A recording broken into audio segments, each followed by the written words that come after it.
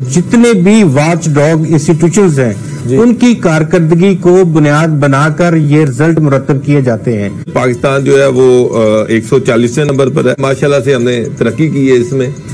मुझे ये कोई मेरे लिए चंबे की बात नहीं है, ये कोई ऐसी चीज नहीं है जिससे मैं एकदम परेशान हो जाऊं।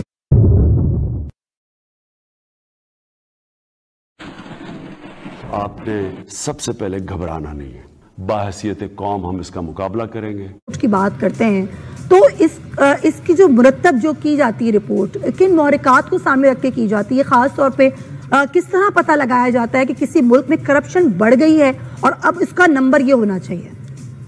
सीपीए रिपोर्ट है करप्शन परसेप्शन इंडेक्स के किसी मुल्क में करप्शन का जो परसेप्शन है वो क्या है, क्या वो कम है या ज्यादा है। उसमें पाकिस्तान जो है वो 140वें नंबर पर है। माशाल्लाह से हमने तरक्की की है इसमें।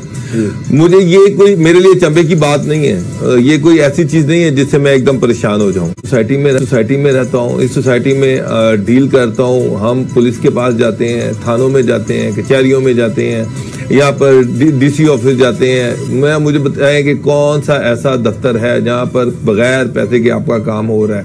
कोई ऐसी पॉलिसी नहीं बनी, कोई नैब के वाले से कोई पॉलिसी नहीं बनी, कोई एंटी करप्शन के वाले से पॉलिसी नहीं बनी, कोई जो पंजाब में खास तौर पे मैंने जो देखा है अफसरान के अंदर जो हरासमेंट डाली गई, एक 3-3 साल में एक अदारे के एक महकमे के 10-10 ऑफिसर चेंज कर दिए गए।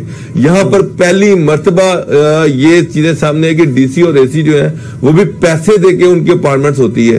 जब आप डीसी पैसे देके लगा रहे हैं, जब आप एसी पैसे देके लगा रहे हैं, एसपी पैसे देके लगा रहे हैं, डीपीओ पैसे देके लगा रहे हैं, तो आप कैसे ये समझ सकते हैं कि आगे करप्शन नहीं फैलेगी। बहुत से इंडिकेटर्स होते हैं इस करप्शन को मापने के। इसमें आज कहा जा रहा है कि माली करप्शन शामिल नहीं होती, माली करप्शन भी इसमें शामिल होती है।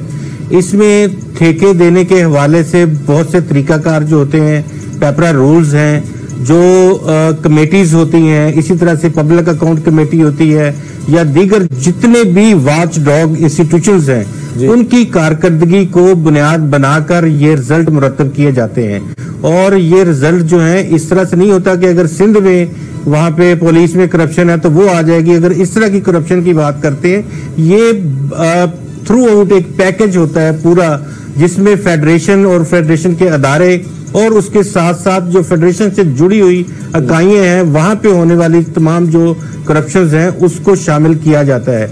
ये बहुत सारे इंडेक्सेस हैं, ये इंटरनेशनल फिगर्स होते हैं। इसमें जो अदारे काम कर रहे होते हैं, दौर में करप्शन कम थी। पाकिस्तान 117वें नंबर पर था और अब 140वें नंबर पर आ गया है। आप अगर करप्शन इंडेक्स को देखते हैं तो रूल ऑफ लॉ को भी इसी खाते में गिना जाता है। आपको पता है कि वो भी एक करप्ट प्रैक्टिसेस जो हैं उसके जिम्मे में आता है। और अदालती इंसाफ और थानों में होने वाले FIR उनको भी करप्शन के हवाले से उसका भी इंडेक्स होता है। तो ये सारी चीजें, इस तरह मैंने कहा कि एक कंप्लीट पैकेज होता है। उस पैकेज के तनाजर में ये देखा जाता है कि कितना मुल्क जो है उसमें तनजली हुई है। तो जो मुशर्रफ दौर में था उसको पाकिस्तान पीपल्स पार्टी के दौर में उसको अच्छा परफॉर्म करने की कोशिश की गई और हमारा इंडेक्स थोड़ा सा बेहतर हुआ।